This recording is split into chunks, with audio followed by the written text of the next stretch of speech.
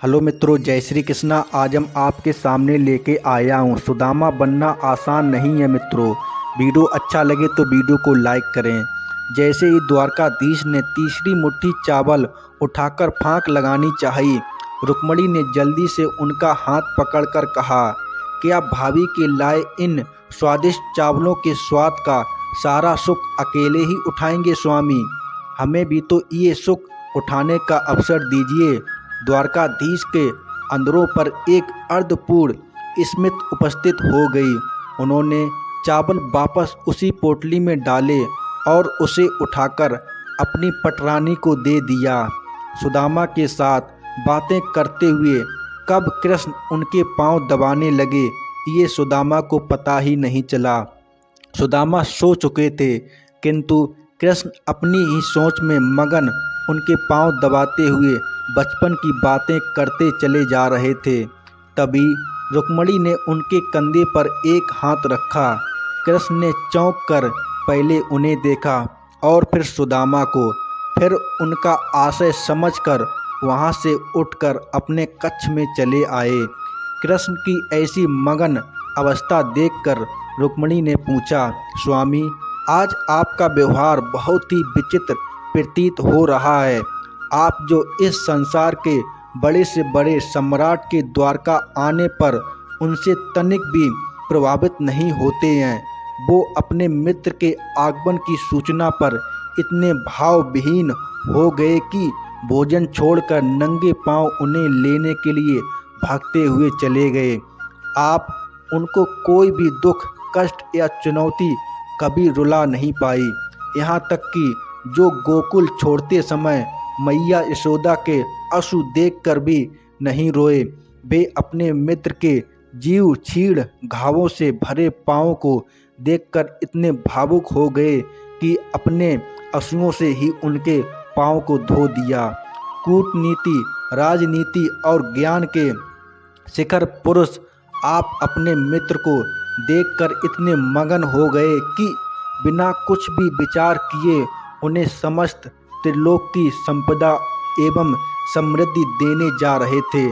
कृष्ण ने अपनी उसी अमोदित अवस्था में कहा, वह मेरे बालपन का मित्र है रुक्मणी, परंतु उन्होंने जो बचपन में आपसे छुपाकर चने भी खाए थे, जो गुरु माता ने उन्हें आपसे बांटकर खाने को कहा था, अब ऐसे मित्र के लिए इतनी भावुकता क्यों? सत्यभामा ने भी अपनी जिज्ञासा रखी। कृष्ण मुस्कुराए। सुदामा ने जो वह कार्य किया है, सत्यभामा की किस्मत स्मृति को उसका आभार मानना चाहिए। जो चने उसने इसलिए नहीं खाए थे कि उसे भूख लगी थी, बल्कि उसने इसलिए खाए थे क्योंकि वो नहीं चाहता था कि उसका मित्र कृष्ण दरिद्रता देखे। उसे ज्ञात था कि वे चने आश्रम में चोर छोड़कर गए थे और उसे यह भी ज्ञात था कि उन चोरों ने वे चने एक ब्राह्मणी के गृह से चुराए थे। उसे यह बात भी ज्ञात थी कि उस ब्राह्मणी ने यह श्राप दिया था कि जो भी इन चनों को खाएगा वह जीवन पर्यंत दरिद्रता ही रहेगा। सुदामा ने वे चने इसलिए मुझसे छुपाकर खाए ताकि मैं सुखी रहूं। वो मुझे ईश्वर का कोई अंश समझता था, तो उसने वे चने इसलिए खाए क्योंकि उसे लगा कि यदि ईश्वर ही दरिद्र हो जाएगा तो संपूर्ण सृष्टि ही दरिद्र हो जाएगी। सुदामा ने संपूर्ण सृष्टि के कल्याण के लिए स्वयं वह दरिद्र होना स्वीकार किया।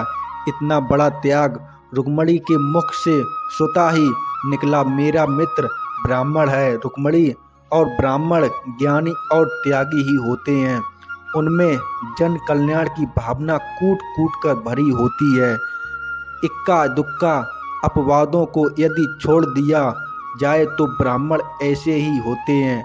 अब तुम ही बताओ, ऐसे मित्र के लिए हृदय में प्रेम नहीं तो फिर क्या उत्पन्न होगा? प्रिय, गोकुल छोड़ते हुए मैं इसलिए नहीं रोया था क्योंकि यदि मैं रोता तो मेरी मैया के प्राण ही छोड़ देती, परंतु मेरे मित्र ऐसे पांव धोकर देखकर, उसमें मेरे घावों को देखकर मेरा हृदय भर गया। रुक्मणी, उसके पाँव में ऐसे घाव और जीवन में उसकी ऐसी दशा मात्र इसलिए हुई क्योंकि वह अपने मित्र का भला चाहता था। पता है, रुक्मिणी परिवार को छोड़कर किसी और ने कभी इस कृष्ण का इतना भला नहीं चाहा।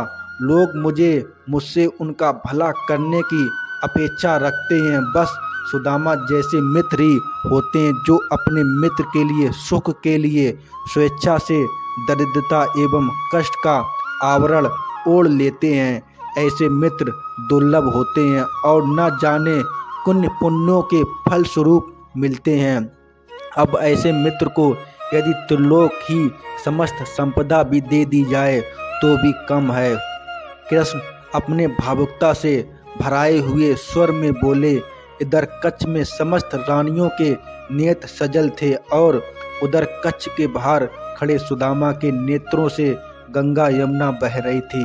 मित्रों, अगर आपको वीडियो में कुछ सीखने को मिला हो और वीडियो अच्छा लगा हो तो वीडियो को लाइक करें, चैनल को सब्सक्राइब कर देना मित्रों।